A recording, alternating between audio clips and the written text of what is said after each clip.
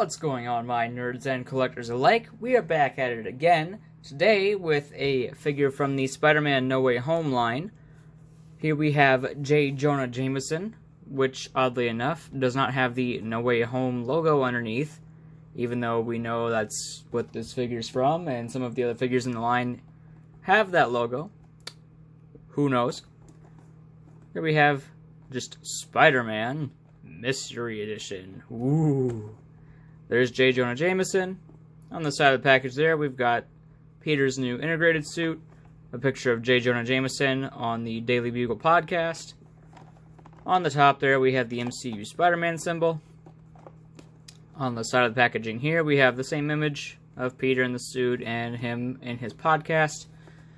You've got your figure in the bubble there with his accessories and the Build-A-Figure piece. I will not be completing the Build-A-Figure just because I'm not interested. I only want the integrated suit, Doctor Strange, Jonah, and Miles. I don't care about Moreland or Shriek or the black and gold suit. Just not interested. On the back of the package here, we have the larger image from the side and a bio that reads, Jonah Jameson. Behind the anchor desk on the Daily Bugle website, Jameson does everything he can to sling mud at his greatest adversary, Spider-Man. Down here we have your warnings and all that fun stuff.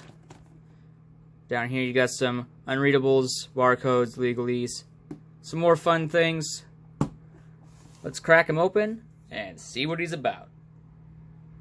Alright, so getting into it here, we have Jonah Jameson out of his packaging. We're going to try to keep this one kind of short because this figure, as you guys probably have figured out, is a lot of reuse. So we're going to go ahead and take a look here. We do have some new parts, mostly the head sculpt, and I think the overlay might be new.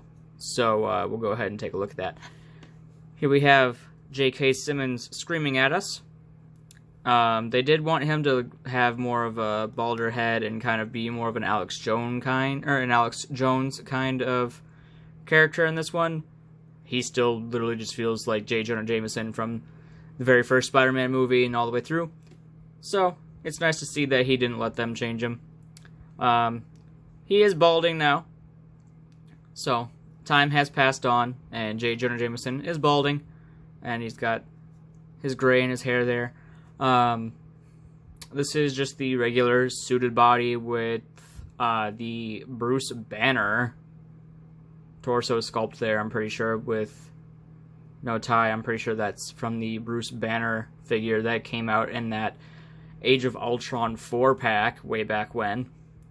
We do have the, I'm going to call it a new overlay. I could be wrong here. If I am, feel free to correct me in the comments. I think this is new, but I am not completely sure. But it looks just like any other suited body. It's sculpted very nicely. And most of this is just in a navy blue suit with a lighter shirt underneath. Articulation-wise, he does just have a ball joint with a hinge. So, with this body, he can look all the way up. He can bury his chin and look all the way down. Obviously has turning, ever so slightly bit of tilt, just because of the cutout, so he does have some tilt there. He does also have an alternate head sculpt, which is more calm looking, and that too does get a little bit of tilt, so we're going to keep this one on for the rest of the review. That also looks very nice, looks just like J.K. Simmons. Mine sadly does have a little bit of a brown dot right on his nose, but a little bit of rubbing alcohol will fix that up just fine. His shoulders, this shoulder goes out to 90. This one goes out only that far. So, not quite sure what's going on in there. But that one only goes out that far, and I am chewing up plastic trying to force that, so I'm not going to do that anymore. That one goes in without that one goes all the way up to 90 without a problem. Kind of weird, is what it is.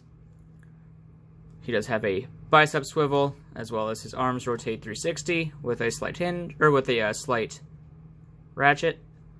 He does have the standard double jointed elbows that come with the suited body, so they bend all the way up. Has a swivel at the wrist. With this hand, there's an up and down hinge. And when we get to accessories, I will show that his other hand actually has an in and out hinge. He does have an ab crunch under this overlay, but he doesn't really get to use it just because it blocks it. So you get practically no movement in there. However, you do still get access to the waist swivel. He can kick forward 90 degrees. Can't kick back. He does kick out roughly 30 degrees, maybe. There's a thigh rotation. He does have double jointed knees. Can almost kick his own ass. Not quite. Funnily enough, with this body, even though this is the regular suited body, I do get a little bit more of a forward hinge on this foot, which means that he can stand just fine. So that's nice. Do get a hinge back. Hinges forward. Barely. And we do get an ankle rocker.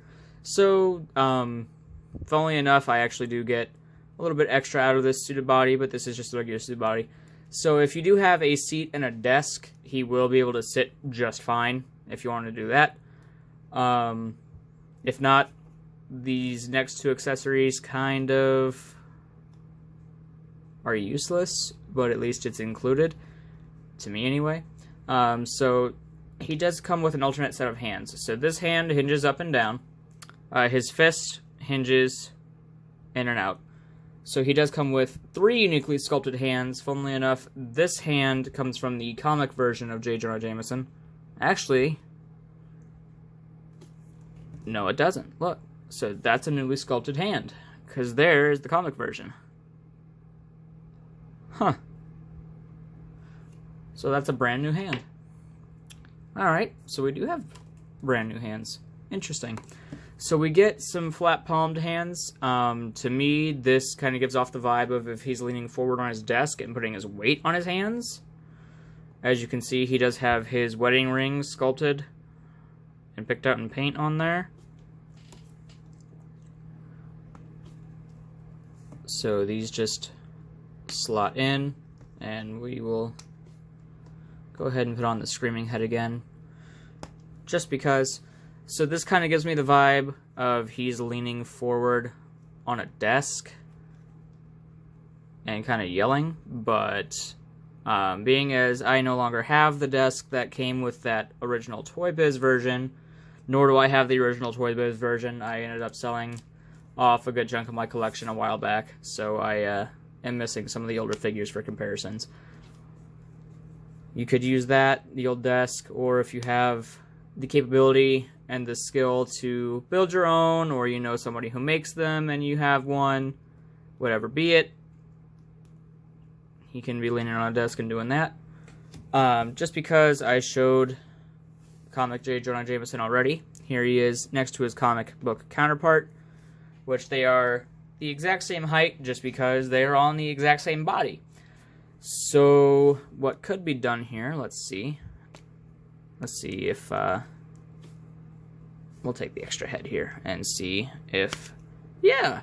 So if you wanted an alternate look for J. Jonah Jameson from the movie, it won't look quite as detailed technically as this one, but you can have a J. Jonah Jameson as an alternate look there.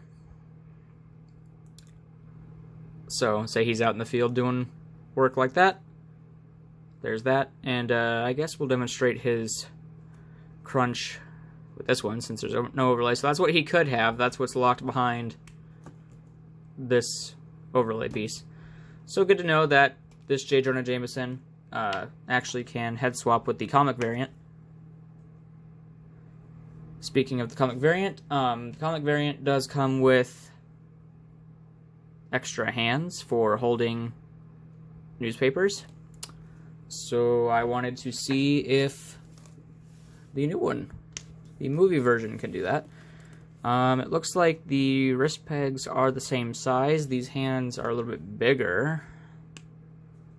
But we'll see here. So that looks a little bit odd. That is kind of big. But if you have the newspaper that came with the comic version of J. Jonah, you can have him with that. So is Spider Sham. So he can hold that. And he can also... He won't have the ring on his hand, but you can get him with that hand, with the rolled up Daily Bugle newspaper.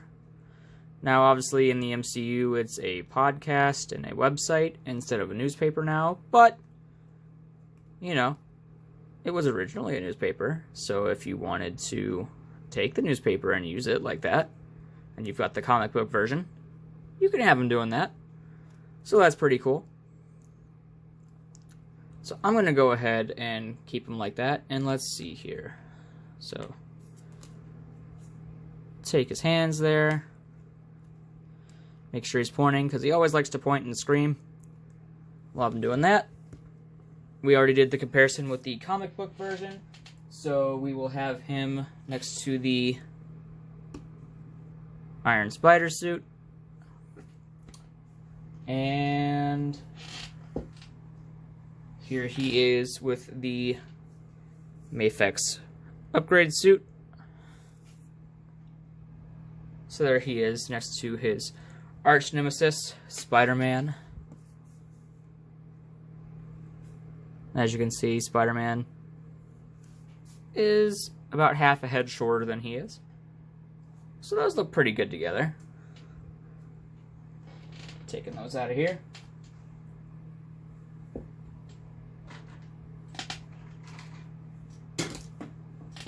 Just because we'll go ahead and do him next to the tech suit Spider-Man as well.